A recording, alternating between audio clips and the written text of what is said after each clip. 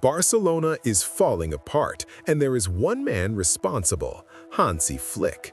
By the end of this video, I want you to give me your verdict, not your gut feeling, not your loyalty as a Barca fan, your actual, evidence-based verdict on the Yamal versus Flick situation that is quietly tearing this club apart from the inside.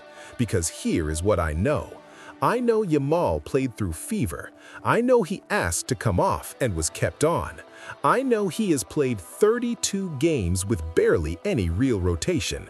I know Barcelona lost 4-0 to Atletico and 2-1 to Girona with a completely drained and overloaded 18-year-old trying to fix everything alone. And I know Flick promised to protect him and did not. You have the facts, I have the analysis. By the end of this video, you give me the verdict. Yamal versus Flick, who is right and who has failed? And I promise you, that silence between this player and his coach is about to become very, very loud. Smash that like button right now if you are ready for the full truth, and hit subscribe because this channel does not hold back. Let us get into it. Let me show you something that the people running Barcelona do not want trending. Because beyond the stats you already know, beyond the fever and the rotation and the losses, there is a pattern of broken promises that goes even deeper than most fans realize. Flick said in a press conference earlier this season and looked directly into the cameras and said he would manage Lamine Yamal carefully, that he understood the responsibility of handling an 18-year-old generational talent, that rest, rotation, and player protection were priorities for him. Those were his exact commitments, made publicly, on the record. Now let us look at what actually happened after those promises were made. Yamal played the Atletico Madrid game with a confirmed fever. Not tired, not slightly under the weather, a fever. Bojan Krkic, former Barcelona player with genuine inside connections to the club, confirmed it publicly. Stomach problems, medication taken before kickoff, physically unwell in every sense of the word. And Flick's response to seeing a sick teenager in his dressing room before one of the biggest games of the season? Full 90 minutes, no mercy, no adjustment, nothing. Then came the Mallorca game. After the final whistle, Yamal personally walked to the touchline and signaled that he needed to come off, not asking for praise, not making a scene, just a professional communicating clearly to his coaching staff that his body had reached its limit. And what followed? Atletico away, Girona at home, more full games, more full 90-minute shifts with zero meaningful rotation. The promise evaporated completely. And here's what that cost Barcelona on the pitch. 4-0 to Atletico Madrid, one of the most humiliating results of the entire Flick era. Then 2-1 to Girona, a side that had watched the Atletico blueprint, studied how to overload and isolate Yamal, and executed it with almost embarrassing ease. Points gone, title race damaged, and a teenager running on empty being asked to somehow fix it all by himself. This is not a tactical problem. This is not bad luck. This is the direct consequence of a coach who makes promises and breaks them. And Lamine Yamal is paying the price with his body every single week. This is not management. This is cruelty dressed up as coaching. And somebody needed to say it.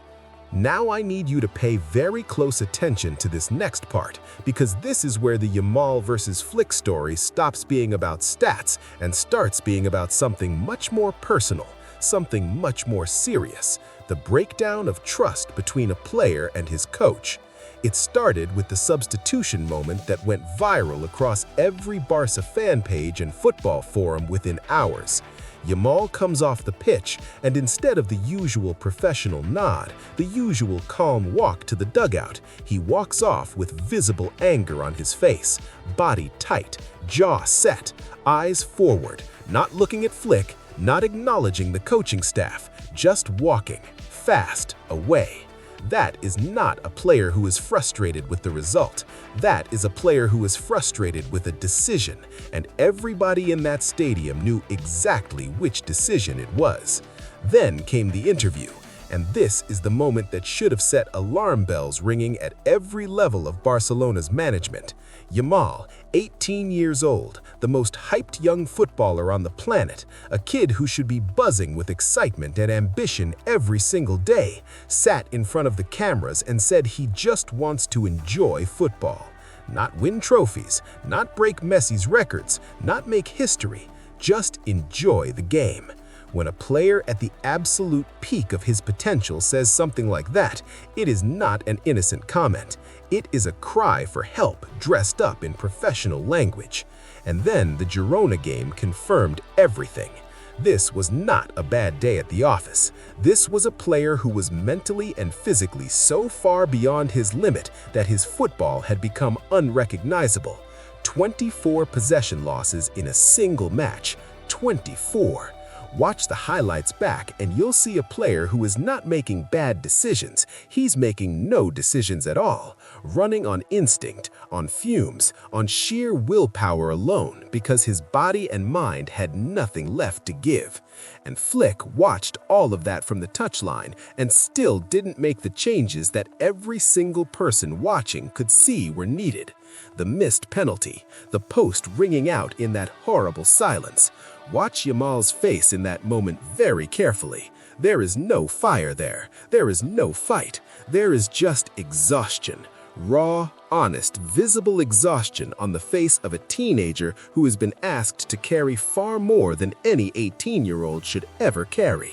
The conflict between Yamal and Flick is no longer a rumor. It is no longer something you read between the lines. It is playing out on the pitch in real time every single week, and it's getting worse.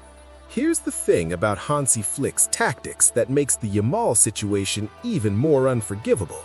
The system itself, the high press, the high defensive line, the relentless attacking structure, is built in a way that makes Yamal's overload not just likely, but completely inevitable. This is not accidental mismanagement. This is structural negligence. When Hansi Flick's high defensive line works, Barcelona is breathtaking, fast, fluid, ruthless going forward. But the moment an opponent with genuine pace and directness gets behind that line, and Atletico Madrid did it 4 times in a single game, 4 times, the entire structure collapses like a house of cards. And when the defense collapses and the midfield can't hold the ball in dangerous areas, every single attacking burden falls immediately onto the front 3. And right now, the front 3 effectively means one person, Lamine Yamal. Because look at the supporting cast. Rafinha has been managing injury issues. Lewandowski has not been the automatic dominant starter that the system needs him to be.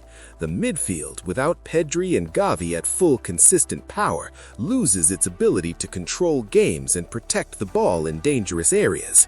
So Yamal is being asked to create and score and assist. He's being asked to be the press trigger, the creative outlet, the defensive reset valve, and the match winner, all at once, every single game, against every single opponent, with no real rotation and no genuine plan B waiting on the bench. 13 games in 45 days.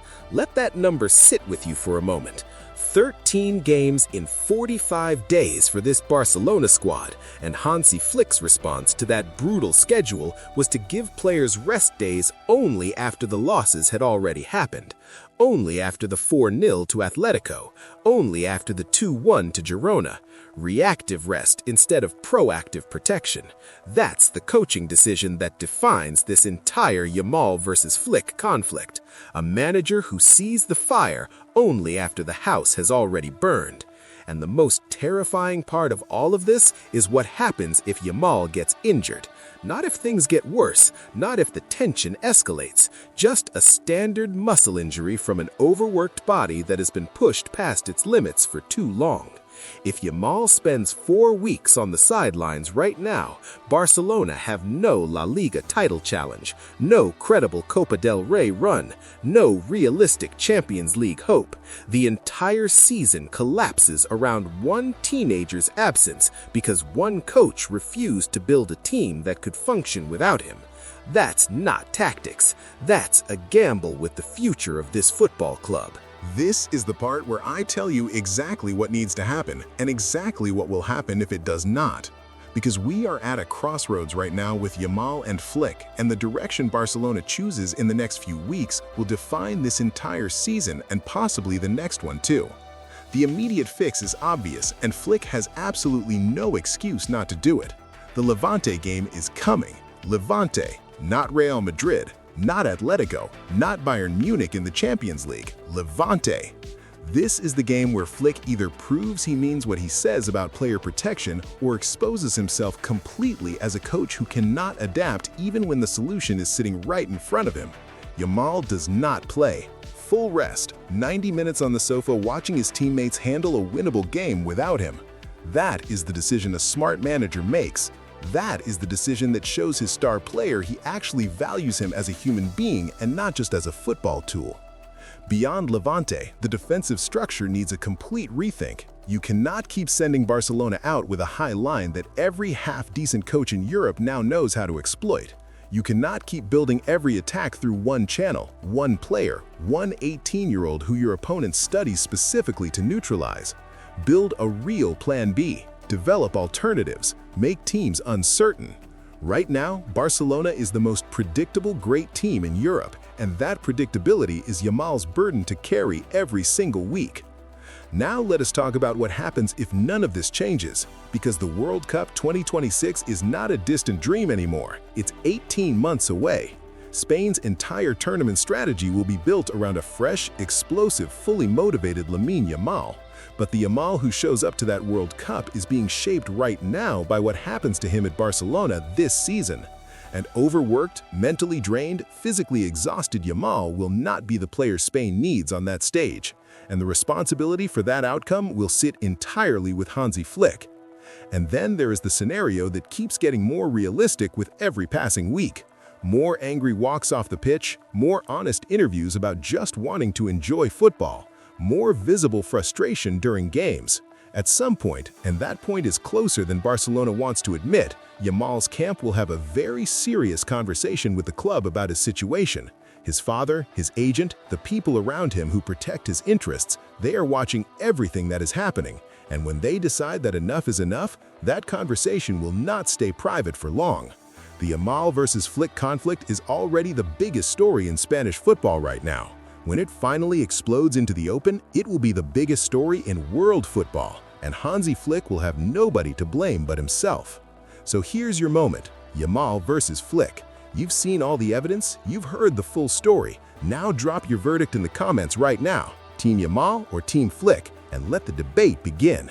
If this video told you something the mainstream media wouldn't, hit that like button and subscribe with the bell on because the next video is coming fast and it's gonna be even bigger than this one.